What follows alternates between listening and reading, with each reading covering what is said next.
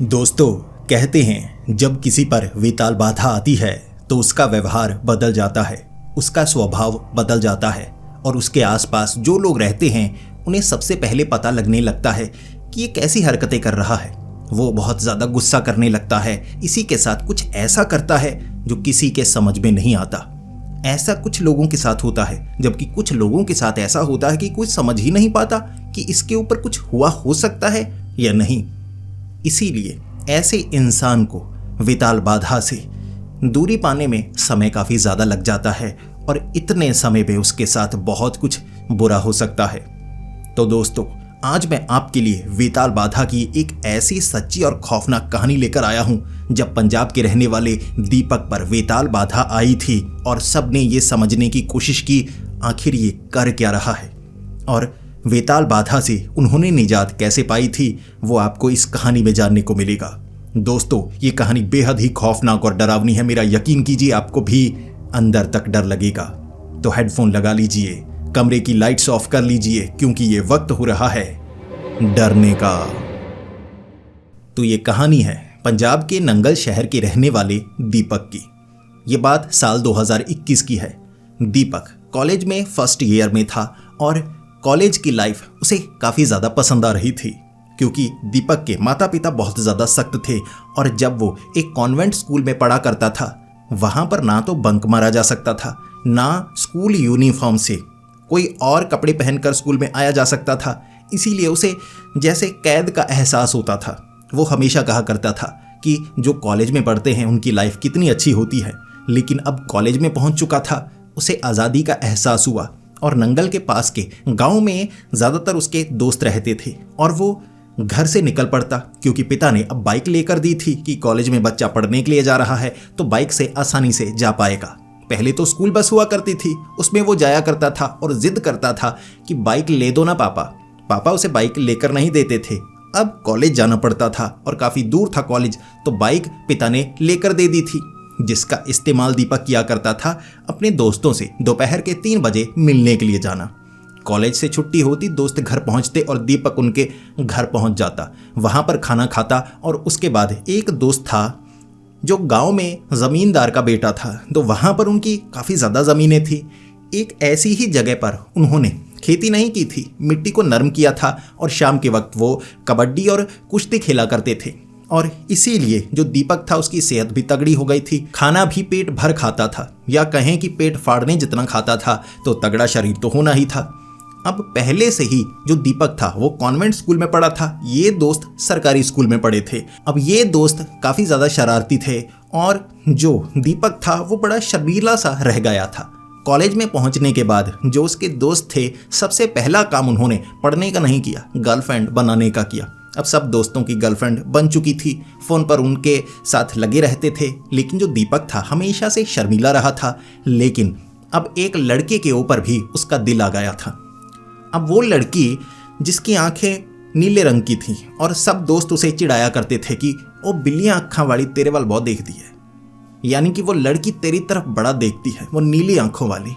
तो दीपक को लगने लगा, यार किसी लड़की के साथ नाम तो जोड़ा जा रहा है ना, अच्छा बहुत लगता है। लेकिन बात करने की हिम्मत जो दीपक में नहीं थी, लेकिन इसमें मदद कर रहे थे दोस्त।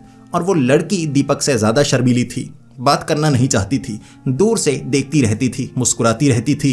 हिम्मत उस लड़की में भी नहीं थी, हिम्मत दीपक में भी नहीं थी। तो ऐसे ही नज़रों का खेल लगभग 3 से 4 महीने चलता रहा और दीपक को लगने लगा कॉलेज की आज़ादी अब मुझे महसूस तो करनी होगी ना। लेकिन वो जो लड़की थी ना, वो गुरदासपुर की रहने वाली थी और यहाँ पर हॉस्टल में रहा करती थी। अब ये गर्ल्स हॉस्टल काफ़ी ज़्यादा मशहूर था, यहाँ पर कई बार लड़के पकड़े जा चुके थे हॉस्टल में घुसने की कोशिश करते हुए, इसीलिए उन्हें पुलिस स्टेशन भिजवाया गया। उनकी पिटाई हुई, रैप्टे पड़े, इसीलिए ये हॉस्टल काफ़ी ज़्यादा मशहूर हो गया था कि भाई सख्ती बहुत ज़्यादा है, कोई गलती करता है तो सज़ा भयानक मिलती है, जेल तक पहुंचाया जाता है। लेकिन दीपक और उसके दोस्त जो कि जवानी के जोश में थे, ऐसी सज़ा से डरने वाले नहीं थे। इसीलिए दीपक और उसका एक दोस्त गुरप्रीत, दोनों ने प्लान बनाया कि भाई उस लड़की से मिलकर आएंगे। कॉलेज में उसके कज़न भी पढ़ते हैं, वो लंबे चौड़े, वो अगर तुझे देख लेंगे उस लड़की से मिलते हुए तो घर तक बात पहुंचेगी और हो सकता है तुझे पकड़कर वही पीट दे।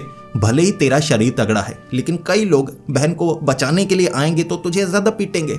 लेकिन हॉस्टल में लड़कों का हॉस्टल अलग है, लड़कियों का हॉस्टल अलग है।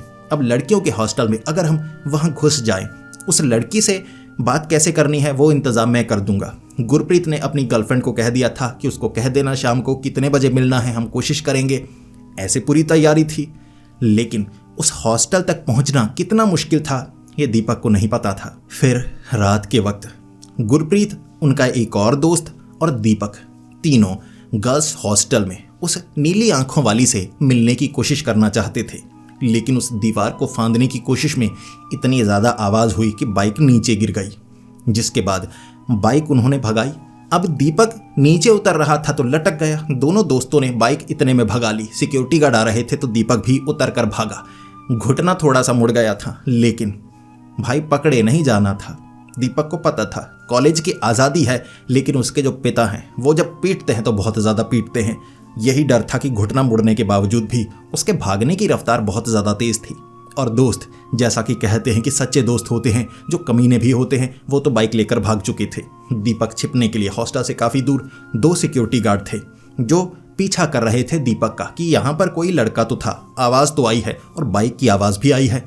इस तरह से दीपक भागता भागता उस हॉस्टल से काफ़ी ज़्यादा दूर आ गया और जो 2 सिक्योरिटी गार्ड थे वो भी पीछा छोड़ने का नाम नहीं ले रहे। दीपक को झाड़ियाँ लगी हुई, वहाँ काफ़ी पेड़ लगे हुए, हो सकता है वहाँ सांप बिच्छू होते, लेकिन खौफ ऐसा था कि झाड़ियों में उसे छुपना पड़ा। वहाँ बैठा रहा काफ़ी समय तक। बाहर से चलने की आवाज़ें आती रहीं, इसीलिए जब तक पूरी आवाज़ें बंद नहीं हो गई उसके 1 घंटे बाद तक वहीं पर वो बैठा रहा। वक्त 8:30 बजे का हो गया था और घर में बहाना क्या लगाता, क्योंकि आने जाने में भी बहुत लंबा समय लगता। उसके बाद वहाँ से निकला, फिर अपने दोस्तों का इंतज़ार किया। जहाँ मिलने के लिए दोस्तों ने कहा था भाई यहाँ पर इकट्ठा होना है, और वहाँ वो पकड़े थोड़े ना जा सकते थे, वैसे ही खड़े हैं ये कह देते। दीपक उनके साथ मिला, इस तरह से घर पहुँचा और घर के बाहर इकट्ठा होकर जब दीपक का घुटना मुड़ा हुआ, वो कह रहे थे डर मत, ऐसा दर्द तो होता ही है, प्यार में ये सब जायज़ है। दीपक एक बार के लिए दोस्तों को पीटना भी चाहता था, लेकिन दोस्ती भी प्यारी थी, जिसके बाद वो घर चला गया। लेकिन उस रात उसके साथ कुछ अलग हुआ। पूरी रात वो करवट लेता रहा। वो सोने की कोशिश ज़रूर करता रहा, लेकिन उसे नींद नहीं आ रही थी। मौसम थोड़ा ठंडा ज़रूर था, क्योंकि रात के समय यहाँ थोड़ी ठंडक हो जाती है। उसको इतनी गर्मी लग रही कि पूरा बेड गीला हो गया। पसीना टपके जा रहा, जिसके बाद वो बाहर निकलकर टहलने लगा। उसे लगा वो काफ़ी ज़्यादा बीमार है, लेकिन उसे नींद नहीं आ रही थी। तो पूरी रात ऐसे टहलते टहलते पसीना निकलता गया। तो आधी रात को नहाया भी, उसके बाद भी कोई फ़र्क नहीं पड़ रहा। सुबह ज़्यादातर वो नहाता नहीं था, दोपहर को कॉलेज से वापस आकर नहाया करता था, ये उसकी आदत थी। तो वो सुबह भी नहा रहा, आधी रात को भी नहाने लगा। तो माँ ने पूछा क्या हुआ, सेहत तो ठीक है। दीपक ने कहा रात भर सोने की कोशिश की, लेकिन पसीना बहुत ज़्यादा आ रहा है, मुझे लगता है मैं बीमार हूँ, खाना थोड़ा कम ही खाऊंगा। तो माँ ने कहा मछली थोड़ा कम खाया करो। अब नंगल शहर में नदी की जो मछली है वो काफ़ी ज़्यादा फेमस है। यहाँ पर मछली काफ़ी स्वादिष्ट बनाई जाती है और यहाँ काफ़ी सस्ती मिलती है। तो जो दीपक था अपने दोस्तों के साथ मछली काफ़ी ज़्यादा खाया करता था। अब ज़्यादा मछली खाने से शरीर थोड़ा गर्म होता है, लेकिन इतना भी गर्म नहीं कि पसीना टपकता रहे। उसके बाद उस दिन वो कॉलेज गया और कॉलेज में क्योंकि पसीना ज़्यादा आ रहा था तो पसीने की बदबू भी काफ़ी ज़्यादा आ रही। दोस्त कह रहे भाई तू नहा कर नहीं आया। दीपक ने कहा पहली बार 2 बार नहा कर आया हूँ, वैसे 1 बार दोपहर को नहाता हूँ, लेकिन इस बार तो भाई 2 बार नहा कर आया हूँ। दोस्तों ने कहा भाई एक बात याद कर ले, आज उस नीली आंखों वाली से मिलने की कोशिश मत करना, अगर आज मिला तो ना ही मिलेगी, जैसी हालत तेरी है। शरीर से इतना पसीना आ रहा। वो एक शर्ट पहन कर गया था जो काफ़ी ज़्यादा गीली हो गई। तो उसके बाद वो अकेला घर आया, 3 बजे के करीब निकल गया दोस्तों से मिलने के लिए। जब उस अखाड़े में पहुंचा, जो अखाड़ा उन्होंने बनाया हुआ था कबड्डी वाला, कुश्ती वाला, वहाँ पर जो दीपक था उसे गुस्सा काफ़ी ज़्यादा आ रहा, जैसे बेचैनी उसके दिमाग में हावी होती जा रही थी। कुश्ती करने लगा, लेकिन हैरान करने वाली बात थी, पहले थोड़ी कुश्ती करते थे, एक दूसरे को पकड़कर ज़मीन पर गिराना, कुश्ती के तौर पर ही, लेकिन जो दीपक था उसमें जान ज़्यादा थी। पहले कभी इस तरह से ऐसे अपने दोस्तों पर वो हावी नहीं होता था। सब कुश्ती करते थे, सब कबड्डी खेलते थे, तो बस 19-20 का ही फर्क था, बहुत थोड़ा फर्क था। आज ऐसा लग रहा जैसे कि जो दीपक है बहुत ज़्यादा उन पर हावी हो रहा है, और ख़ास तौर पर गुरप्रीत पर, जो उसका सबसे अच्छा दोस्त था। उसके साथ वो कुश्ती करता था, क्योंकि बाकी दोस्त कभी कभी गुस्सा भी निकालते थे, पकड़ते थे, नाक रगड़ देते थे। दोस्त थे फिर भी कभी कभी थोड़ा चिढ़ जाया करते थे, लेकिन गुरप्रीत थोड़ा अच्छा था। इस बार दीपक ने गुरप्रीत को पकड़ा, भाई उठा उठा कर पटका, और गुरप्रीत कहने लगा, किस चीज़ का गुस्सा है तुझे, बता किस चीज़ का गुस्सा मुझ पर निकाल रहा है।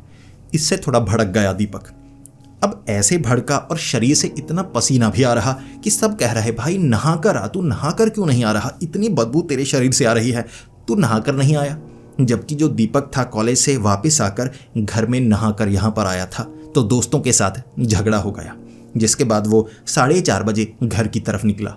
गुरप्रीत जो वहाँ पर कबड्डी खेलता रहा, फिर उसे लगा यार मना कर आता हूँ, कल कॉलेज में बात भी करनी है, हो सकता है थोड़ा बीमार हो, शरीर से बदबू कितनी ज़्यादा आ रही है।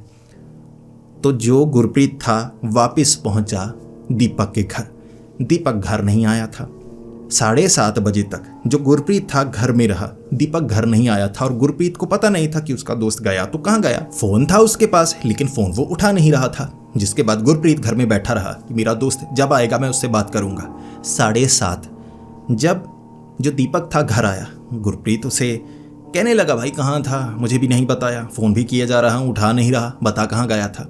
इस पर दीपक ने कहा, देख मेरा दिमाग बहुत ख़राब है, तू बात मत कर, तू ऐसा कर चला जा। इस पर गुरप्रीत मनाने लगा, भाई इतना क्या झगड़ा हो गया, थोड़ा बहुत तो बोला था, इतना तो चलता है हमें, अबे कई बार तो हम घूम से लाते मारने लगते हैं, अब इतनी क्या बात हो गई, तू बात नहीं करना चाहता। तो दीपक ने कहा, दिमाग बहुत ज़्यादा ख़राब है।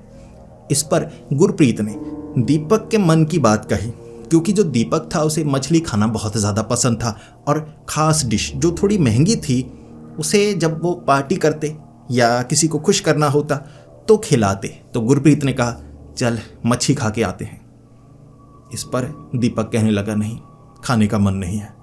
गुरप्रीत हैरान कि मुफ्त में मैं खिला रहा हूँ, आज मान नहीं रहा, ऐसा क्यों। इसके बाद दीपक को किसी तरह खींच कर जो गुरप्रीत था ले गया, लेकिन बाइक से वो जा रहे थे मार्केट की तरफ कि वहाँ पर खा कर आएंगे।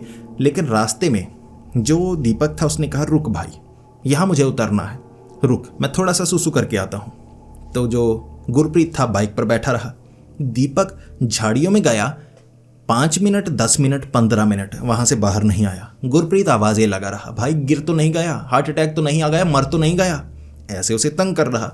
जो दीपक था वो जवाब दे रहा, 1 मिनट आता हूँ, ऐसा भी नहीं कि जवाब नहीं दिया, जवाब दिए जा रहा, 1 मिनट आता हूँ, 1 मिनट आता हूँ। दीपक कहे जा रहा, रुकना यार, रुकना यार।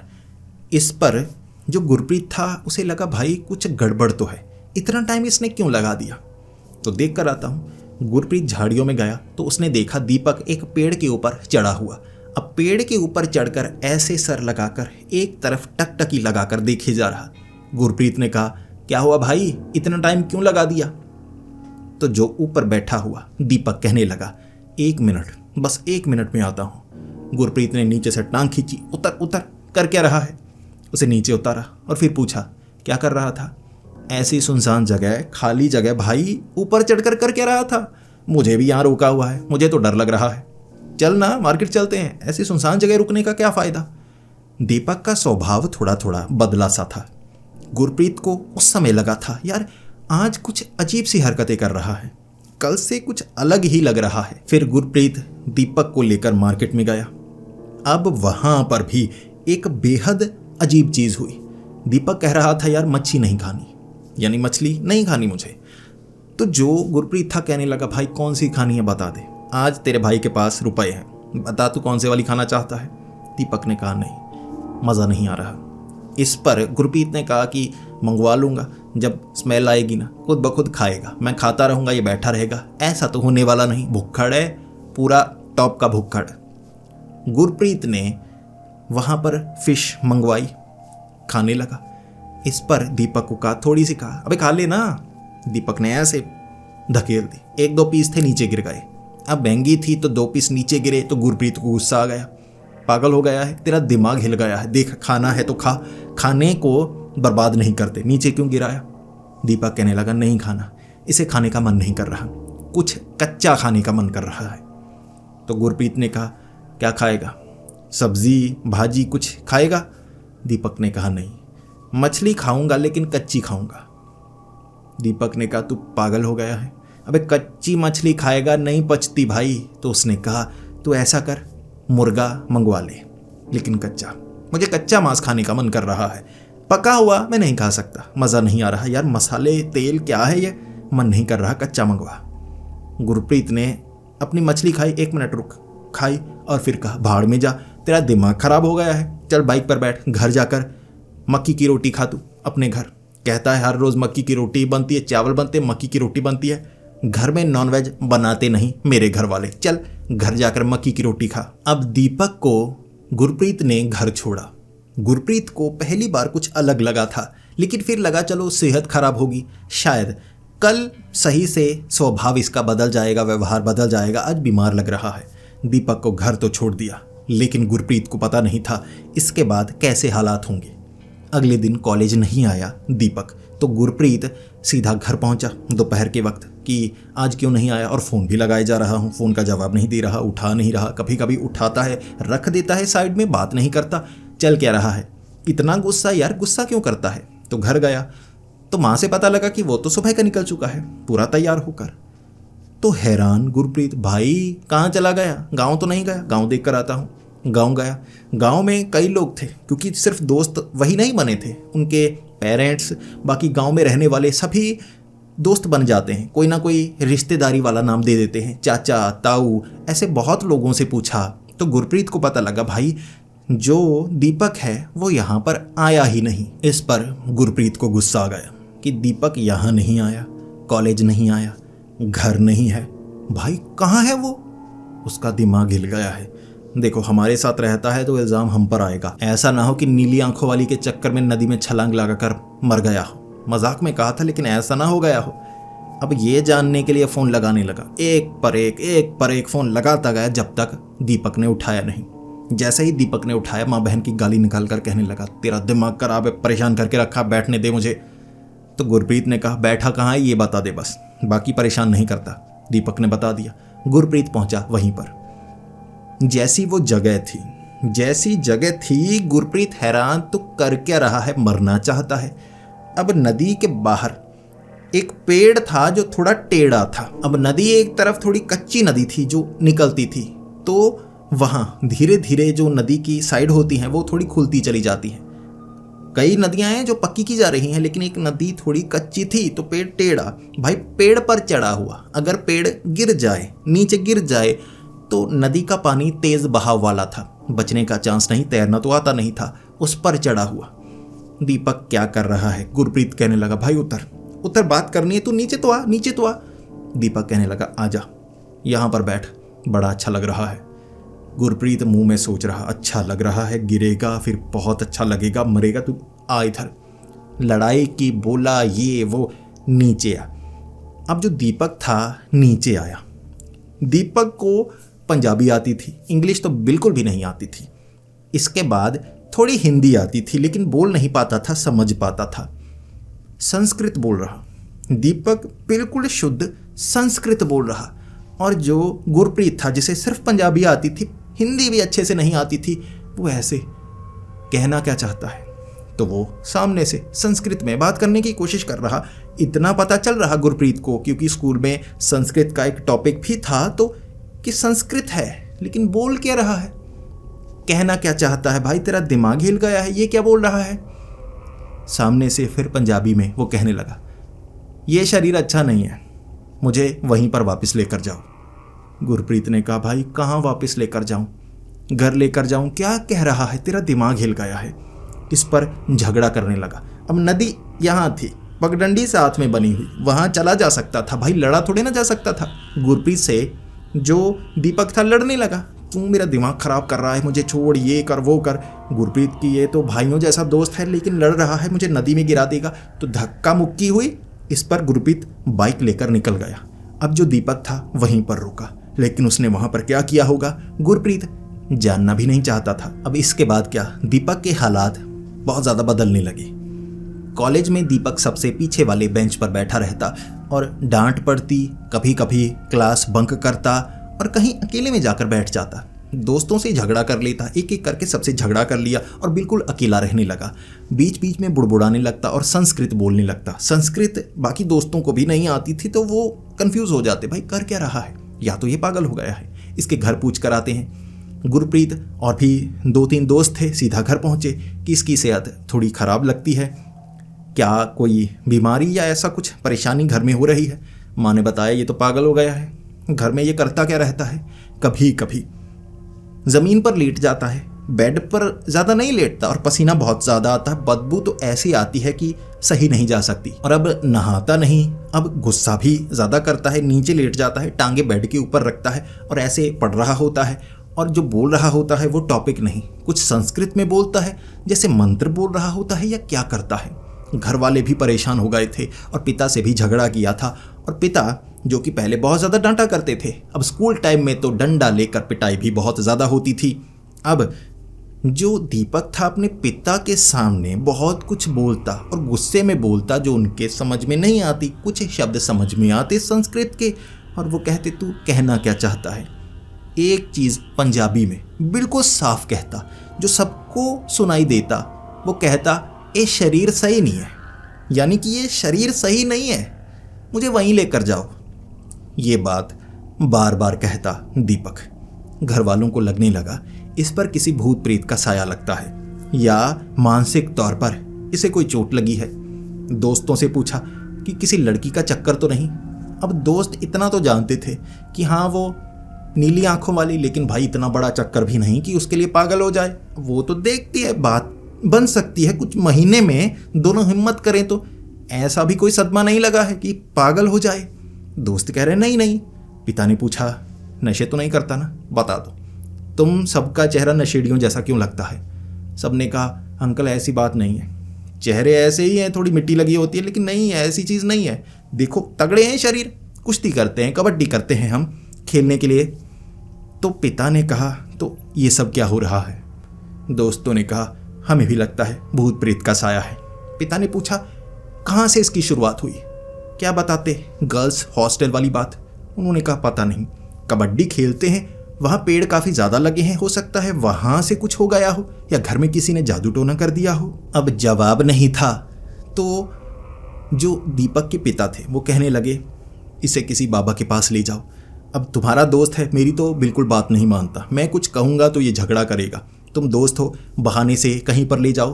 तो गुरप्रीत और एक दोस्त था संतोष कहने लगा भाई देख संस्कृत बोलता है, बोलता क्या है समझ में नहीं आता। मंदिर जाते हैं और पंडित जी जो हमारे दोस्त ही हैं, अब उनसे बात करते हैं, कुछ तो समझेंगे ना, हमारी समझ में तो कुछ नहीं आ रहा। बीच बीच में थोड़ी हिंदी बोलने लगता है, पंजाबी बोलता है, संस्कृत बोलता है, बिल्कुल सर के ऊपर से निकल जाती है, पता तो करें चल क्या रहा है। तो पंडित जी के पास लेकर गए उसी गाँव में पकड़ कर, क्योंकि जो दीपक था वो अकेला रहना पसंद करता था। स्कूल बंक करके खाली जगह, गांव जहां पेड़ लगे हों, बाइक लगाकर बैठा रहता, घूरता रहता, कभी नदी को कभी पेड़ों को, ऐसी जगह पर रहना ज़्यादा पसंद करता। और बदबू इतनी ज़्यादा आती, नहाने के बावजूद भी शरीर से दुर्गंध आती ही रहती और बेहद अजीब सी जैसे सड़ा हुआ मांस हो, इसी के साथ कुछ और चीज़ें मिश्रण था उस दुर्गंध में जो किसी से सही नहीं जाती। और पसीना हमेशा शरीर से आता ही रहता और वो पानी पीता ही रहता, खाना कम खाता, पानी ज़्यादा पीता। तो जो पंडित जी थे उनसे मिलवाया गया दीपक को। दीपक संस्कृत में बोल रहा और पंडित जी ने कहा ये कर क्या रहा है, ये बस एक ही बात कह रहा है कि ये शरीर सही नहीं है, मुझे वहीं पर लेकर जाओ, मुझे वहीं जाना है, ये ठीक नहीं है। संस्कृत में भी यही कह रहा है अलग अलग तरीके से कि मुझे वहाँ पर जाना है, वहाँ से मुझे लेकर क्यों आए, मैं इस पर गुस्सा निकाल सकता हूँ, मैं नहीं कर रहा, ये वो संस्कृत में ये चीज़ें चल रही हैं। तो उन्होंने पूछा कि बताइए तो सही। अब घर वालों से ये बात शेयर नहीं की जा सकती थी, वो हॉस्टल वाली। पंडित जी से वो शेयर कर सकते थे कि आपको बताते हैं, किसी को बताना मत। ये सब हुआ था, उसके बाद से कुछ ऐसा हो रहा है जो हमारी समझ में नहीं आ रहा। हो सकता है वहाँ से ये सर के बल ऐसे गिरा हो, चोट लगी हो, ये भूत प्रेत का चक्कर ही है, लेकिन संस्कृत कैसे आ गई, जो आता ही नहीं वो कैसे बोल रहा है। तो पंडित जी ने कहा, मुझे लग रहा है कि इस पर किसी भूत का साया है, किसी शैतानी ताकत का साया है। जब हमारे शरीर में कोई प्रेत वास करता है तो वो अपनी बोली बोलता है, यानी जैसी भाषा का वो इस्तेमाल करता हो। और संस्कृत बोलने वाला प्रेत, आपको मैं कहता हूँ एक मंदिर में जाकर आइए। वो है हिमाचल का माता बगलामुखी मंदिर, जहाँ पर आपको जाना चाहिए। वहाँ प्रेत निवारण होता है और वहाँ पर आपको कुछ ना कुछ मदद ज़रूर मिलेगी। जानिए वहाँ जाकर।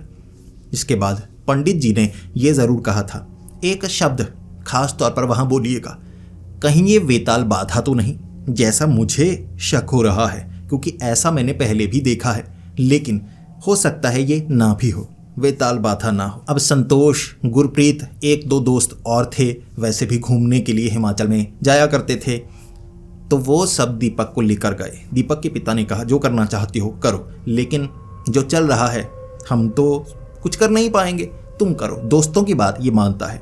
अब दोस्त ऐसे ही थे, दीपक नहीं मानता तो चमाटे मारते, मुक्के मारते, चलेगा कैसे नहीं, वो गुस्सा दिखाता, लेकिन इतने दोस्त हैं, हावी नहीं हो पाता। ले गए माता बगलामुखी मंदिर में। अब माता बगलामुखी मंदिर, जो कि हिमाचल के कांगड़ा डिस्ट्रिक्ट में बना हुआ एक मंदिर है, यहाँ पर तंत्र साधना, भूत प्रेत निवारण, ऐसी शक्तियों का ही कार्य किया जाता है।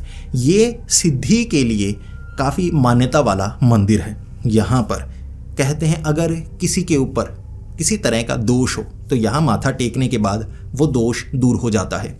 जब दीपक को यहाँ पर ले जाया गया, यहाँ माथा टेका, उसके बाद वो चीखने लगा, बहुत ज़्यादा चिल्लाने लगा कि यहाँ से कोई खास फ़ायदा नहीं होगा, मुझे वहाँ लेकर जाओ, वहाँ लेकर जाओ। संस्कृत में कह रहा, पंजाबी में कह रहा, छाड़ दो मैं मार देना, ऐसे कहता जा रहा। अब दोस्तों ने वहाँ के जो पुजारी जी थे उनसे मिलवाया और बताया।